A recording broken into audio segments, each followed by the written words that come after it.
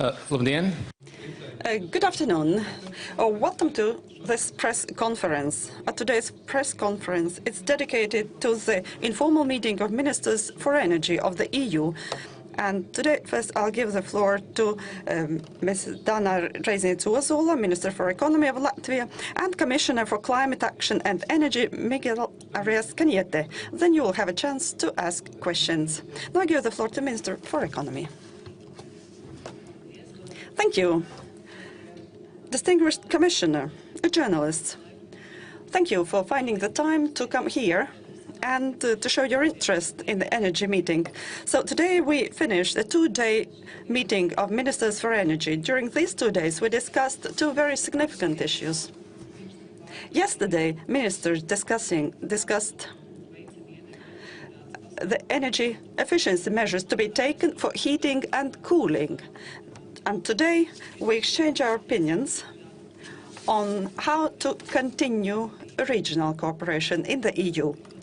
Yesterday's topic is very important because we know that the EU currently is the biggest importer of energy, and about half of the total imported energy is used for heating and cooling. And we can see that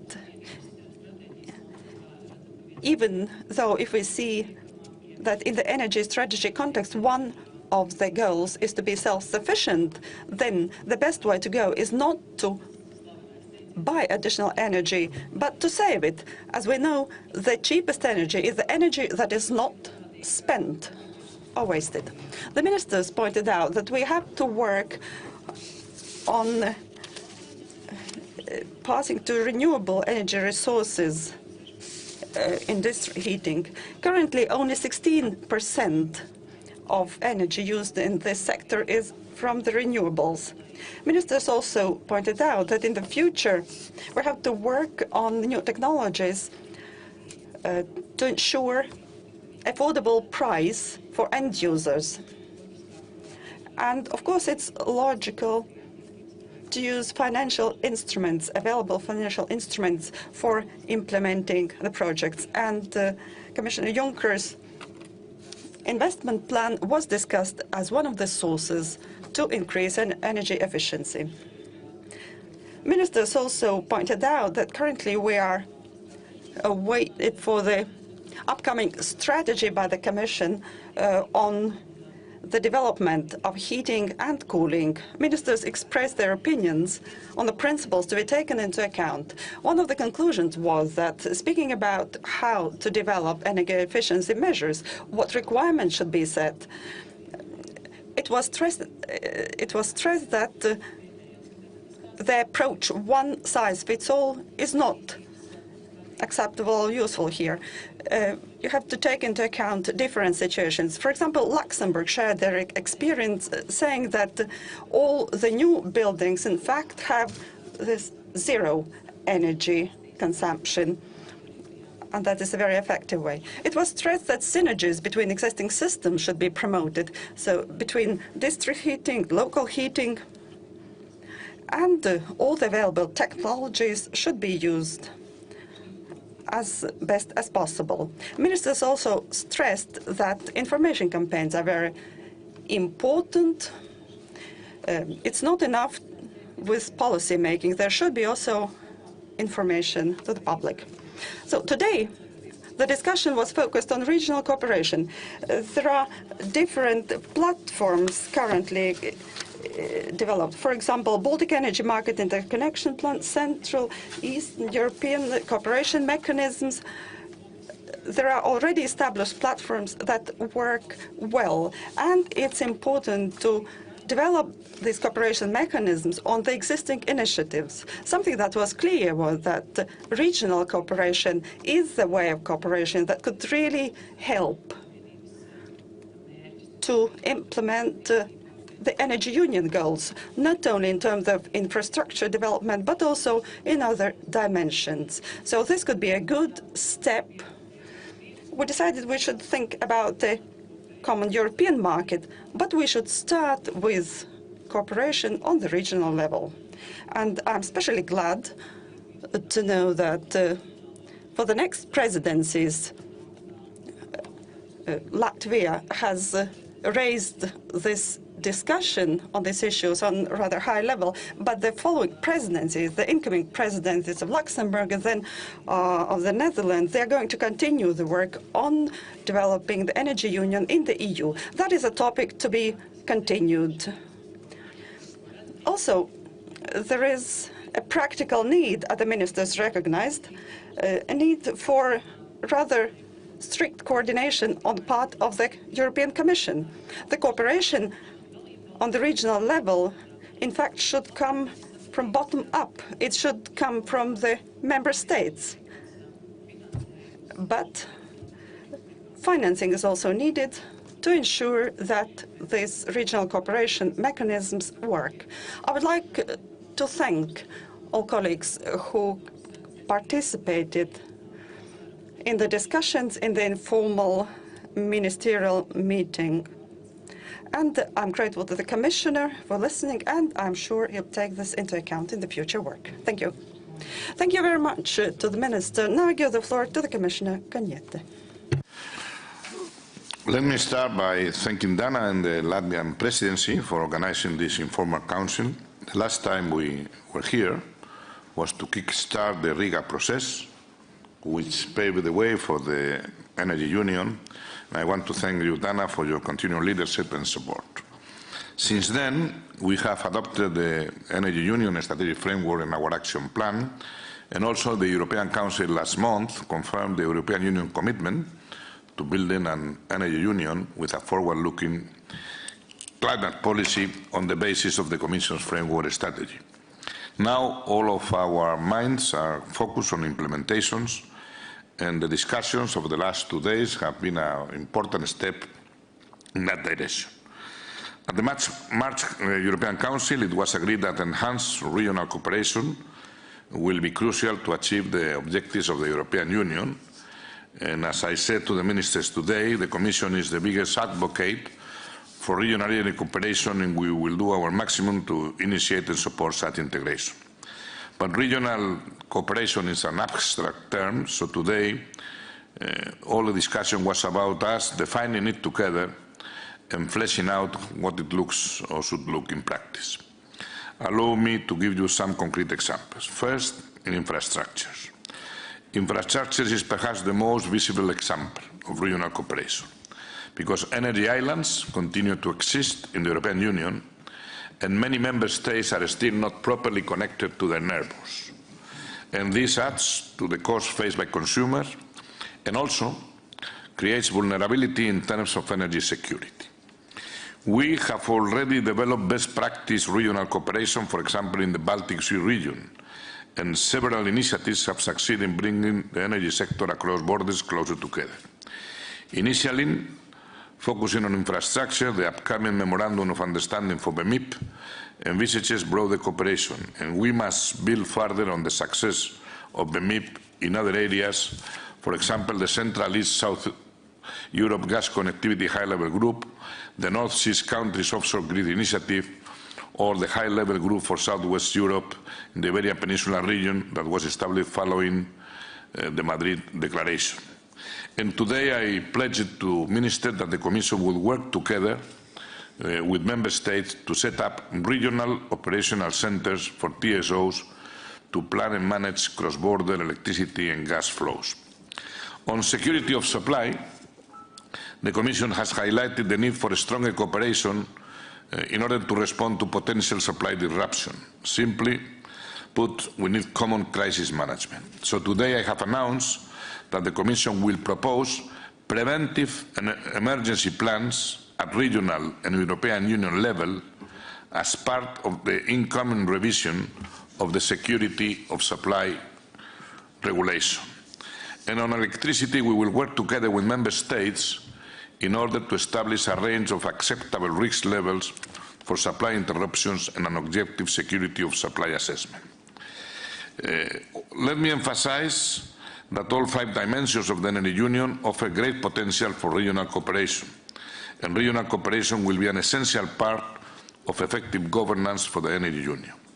And I am glad to report that Ministers were highly supportive as Dana has previously stated, of regional cooperation and indicated their willingness to close together on delivering the energy union on the ground. Turning very briefly to yesterday's discussions on energy efficiency in the heating and cooling sector, the recent conference on heating and cooling the European energy transition gave us a perfect platform to start preparing the European Union heating and cooling strategy. The resounding message from the conference and from ministers yesterday was that the strategy will have to look into the role of the heating and cooling sector in delivering our long-term decarbonization objectives, contributing to energy security, addressing the risk of heating crisis should gas supplies be interrupted, and increasing the competitiveness of European industry. And the new strategy will also seek to remove the technological barriers, especially in industrial processes, and remove the obstacles to investment in projects that have a strong economic case to go ahead. Let me finish by thanking the Presidency again for steering these discussions. I very much welcome the progress we have made over the last 2 days on a range of issues, and I look forward to building on that momentum before we meet next. Paldies komisāram. Thank you very much, Commissioner. And now you have a chance to ask questions, please. AFP. I have 2 questions. First of all, for the Commissioner, with regard to these common crisis management centres, could you give us a bit more detail on how many are there likely to be, what exactly their responsibilities will be, and when they might come online? And for Minister Reiznieks Ozola, regarding regional energy cooperation, was the proposed Baltic Joint Nuclear Power Station in Lithuania discussed at all, and if so, in what way? Let's see, we are going to make a big modification of the security of supply regulation. It will be done taking into account the results of the stress tests we did last year. Last year, the stress test we made demonstrated that we could improve our functioning. And now we have established reverse flows in gas pipelines that allow us to send products in both directions. And we have to improve. What we have to do is to operate on a regional and a European Union basis. So we will have to develop a European Union full contingency planning, but also in those areas in which there is regional cooperation in force, we will have to use solidarity among member states all over the place. So it's not a case of how many places. In those places where we have regional cooperation, very well organized interconnections and possibilities of mutual supply and mutual support, we will operate accordingly. So we will develop a comprehensive plan across the European Union. And that's why, amongst other things, that we want to have regional TSOs to make easier in electricity and in gas, putting in action these schemes. So we will deliver our strategy. We will do it with the knowledge we got from the stress test, in order that with the solidarity among the 28 member states in the European Union, we can face any crisis that may come in the future. The positive thing of having contingency plans early in advance is that you have them. The best thing is that you never have to use them. So we are confident we are going to diversify our sources of supply, our routes of supply, our suppliers in the future. That's why we want that no member state has a dependence on a single provider of energy. That's the aim of the Commission. But nevertheless, we also have to have our contingency plans in case something happens. And that's why we want to improve on with the revision of the security of supply regulation. Answering on the question about the Visagina nuclear power plant, the ministers didn't have a detailed discussion on any particular projects. Only some were mentioned as the good examples of better regional cooperation. So the short answer is no. But I think that of a vital importance for us today is also to come to the agreement how the BEMIP will continue its operation in the following years, because we see that, yes, Visagina is one of the potential infrastructure development projects, and nevertheless there is the working group from all the Baltic states working on the perpetual basis, but the progress has been pretty slow. But at the same time, we have been very successful in coming to common agreement on other very important projects that have increased our electrical market and also gas market competitiveness, like the connections between the Finland, Estonia, Latvia, then the Nordic Lithuanian connection and Litpol. That is the very visible and clear result of a I would say, very successful regional cooperation.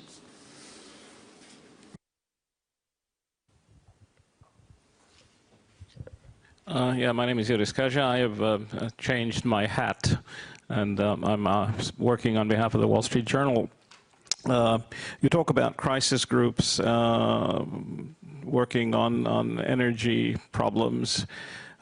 Is this not really preparing for a number of credible scenarios involving Russia and perhaps somewhat less credible scenarios involving, I don't know, some kind of a apocalypse in the Middle East? But basically you're talking about the reliability of Russian supply. Is that not how you conducted the stress tests also? We are considering all the possible risks and all the possible scenarios. We are not only thinking of Russia. So what we are assessing is what's the ability of the European energy system to face any possible crisis ever. So that's why we are building a network of interconnectors. We are developing further supply routes. We are working on the southern corridor to make possible the gas from Azerbaijan. We are developing a high-level dialogue with Algeria. We are developing interconnectors in the Peninsula Iberica with the MidCat to connect the gas coming from Algeria to Central Europe. We are building all the connectors in southeastern Europe with Bulgaria, Serbia, Bulgaria, Greece, Bulgaria, Romania, so developing and see the missing interconnectors. And at the same time, we are developing an LNG gas strategy. Natural gas is one thing, but LNG is another big possibility in the future. And that's why we are developing also an LNG strategy so that we can have more providers. For LNG, there are more than 10, 12 providers actually supplying the European Union from different countries. So there is another source. When you have such an economic important area as the European Union, you must not have dependence on a single supplier. That's for clear. So it's better to have more strategies, LNG strategy, natural gas strategy, but very well interconnected European Union and reverse flows and contingency planning. As I have said, we are not forecasting that things will happen, but we must be prepared to anything that can happen in the future, and very well prepared after all. And now we are working on the regional approach. Regional cooperation is proving results. We are doing in the Baltics. We are affording desynchronization of the electricity system. We are developing the GIPL interconnectors.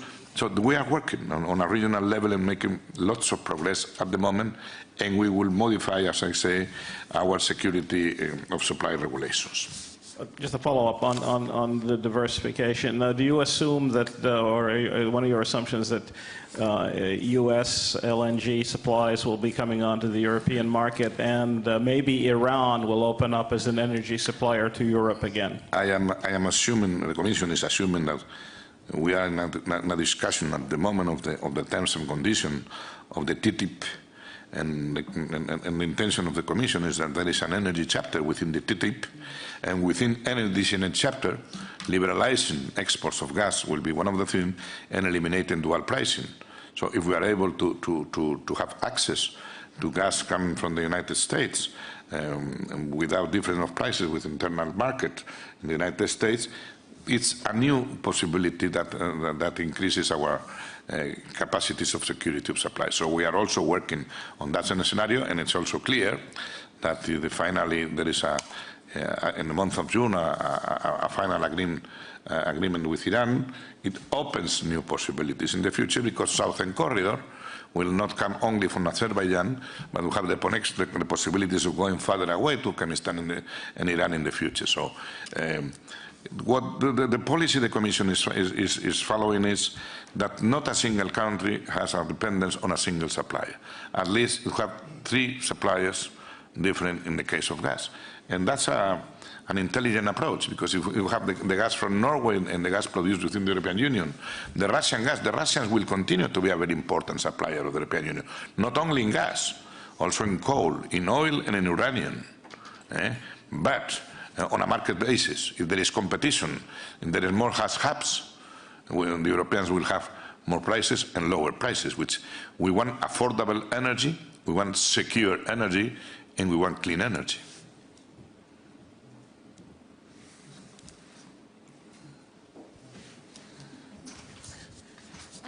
It's Barbara Lewis from Reuters. I have one question for. Sorry. Can you hear me? Sorry, I haven't. Can you hear? I wanted to ask if you had made any progress on getting some more certainty on the Lithuanian-Polish connector, please. I'm sorry, I can't pronounce your surname convincingly, so I'm not going to attempt it. And for Commissioner, sorry. Can I ask you whether the security plans would consider the possibility of making it mandatory for EU member states to hold gas storage as well as oil storage? Thank you. Would you like to also comment on the Gipfel? We can do it both, no? The short answer is no. The short answer is no. The short answer is the Commission will try that there is progress, because we have invested a lot of money for co-financing this project. It's more than 305 million euro. It covers close to 60% of the investment cost. No other energy infrastructure project has ever received such significant financial support under the Connecting Europe facility. So for us, it's a priority project. That's why we have bucketed financially, and we will try to solve all the difficulties on board, and we will have also discussion with our Polish friends, because I think it's on the mutual interest of everybody to support this kind of projects, who will deliver security of supply for the European Union as a whole. So these are projects of common interest, and then we will try to eliminate all the concerns and try to think ways to develop this. This project must be a win-win project, and we will make all the efforts possible with the help of our Baltic friends to develop this project. Thank you. Very diplomatic but correct answer. Next week. I will be in Katowice on Tuesday, Wednesday. I will start the first contacts. So diplomatic. And the other ones was the. Is there a possibility that storage of gas? Well, at the moment, storage is being done by private companies, and it's working very efficiently. In oil, we have strategic number of days. I don't remember, 120, something like that. Minimum consumption reserves on board. But on gas, the situation of the storage we are looking is working quite properly at the moment, without intervention. We will analyze what is the situation and what is needed, but it's quite different, the situation in the oil one, in the gas, than in the gas sector. There is no problem at the moment of lack of storage, of gas storage in the European Union. And so in the past, we haven't seen the need. But we are going to analyze all the parameters. We are revising all the parameters, and in this chapter will be also think it over. But there is not a sense of urgency on this matter at the moment, as far as I know. Can you take the mic? Just, do you have any timescale of when you're going to give us this security of supply strategy? I don't know if you said, sorry, but I just want to make sure I know. I think, I'm not pretty sure, but I think it's by the end of this year or beginning of next year. Next 2016, I think is 2016. Because we have to put it in the working program of the Commission. It's not in the working program of 2015, so we have to include in the Commission working program for next year. But I will check. If there is not 2017, I will contact you. I don't know every time all the single details. Yes, Emmanuel Alagri for Agence Europe in Brussels. Two questions, one for you, Commissioner, first. It's about the heating and cooling issue. So you plan, the Commission planned to put on the table a new strategy on heating and cooling. I think it's by the end of this year. Can you maybe tell us in a few words what are the main lines of this strategy, and do the Commission consider to put on the table a legislative text dedicated to the sector? And one question for the presidency about regional cooperation. You said that during the discussion you had an exchange of view and you shared best practices about regional cooperation. But did you note some? Did you point out some problems? What are the main obstacles that the member states meet when they try to increase the regional cooperation? Thank you. Let's try to answer the first one. We had a very recent conference on heating and cooling in the European Union energy transition, and then we listened to all the stakeholders with lots of ideas. Very recent, it's last month. And then what we received from the conference is that we will have to look in the role of the heating and cooling sector in delivering our long-term decarbonization objectives, how the heating and cooling will contribute to energy security, that means energy efficiency and energy heating, and see what are the problems of all installations and what is the state of the art in new technologies that can be included in heating and cooling. Addressing the risk of a heating crisis should gas supplies be interrupted, how we can operate in case there is a crisis in the heating and cooling sector, how we address this as a priority, and also how we can increase the competitiveness of the European heating and cooling industry at the moment. Also, we have to remove a technological barrier in industrial processes and obstacle in investments. And one of the things we can use is the Juncker investment plan to increase energy efficiency and develop more sound techniques for heating and cooling with the financing provided by the Juncker element. But we are on the early stage. We will have a seminar this weekend, and we will discuss, amongst other matters, that this will be initially a communication. And afterwards, we will deliver, if needed, the relevant pieces of legislation. But initially, it will be a strategy, a communication, and then, if needed, because now we are in the areas of coordinating more action by member states and only passing legislation when this is a case for a value, European added value. This commission is for good legislation, better legislation, but less legislation. So, if needed, we will pass additional legislation. But initially, it's a communication, then we'll hear stakeholders, we will listen to the Parliament, and then it's a communication to the Parliament and the Council, and we will launch the debate on it. But what means this is that the area in which you can have more savings of energy in the European Union is in energy efficiency in buildings and in heating and cooling of buildings. So that's an area, a top priority if we want to achieve the target of at least 27% with a view of being 30% energy efficiency savings in 2030. Yes, a few things that the member states mentioned as the possible obstacles for the better regional cooperation was first, what I've already mentioned, was the necessity for some technical assistance and coordination that would help to better develop the regional cooperation.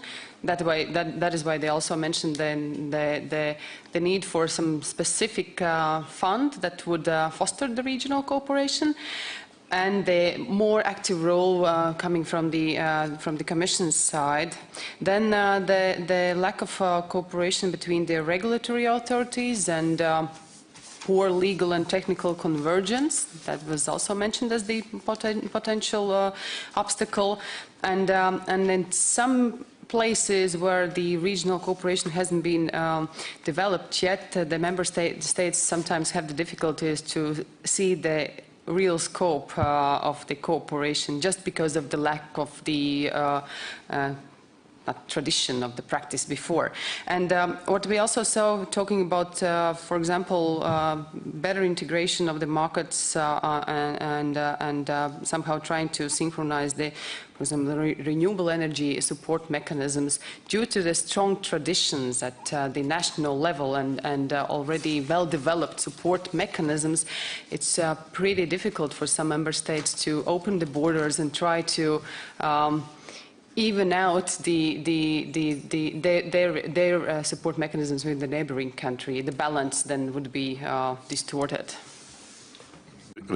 Sorry, Dana. Regarding the security for gas supply, will come on the fourth quarter of 2015.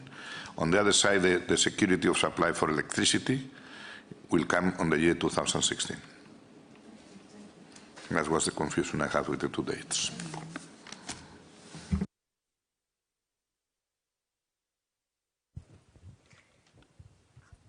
Yeah.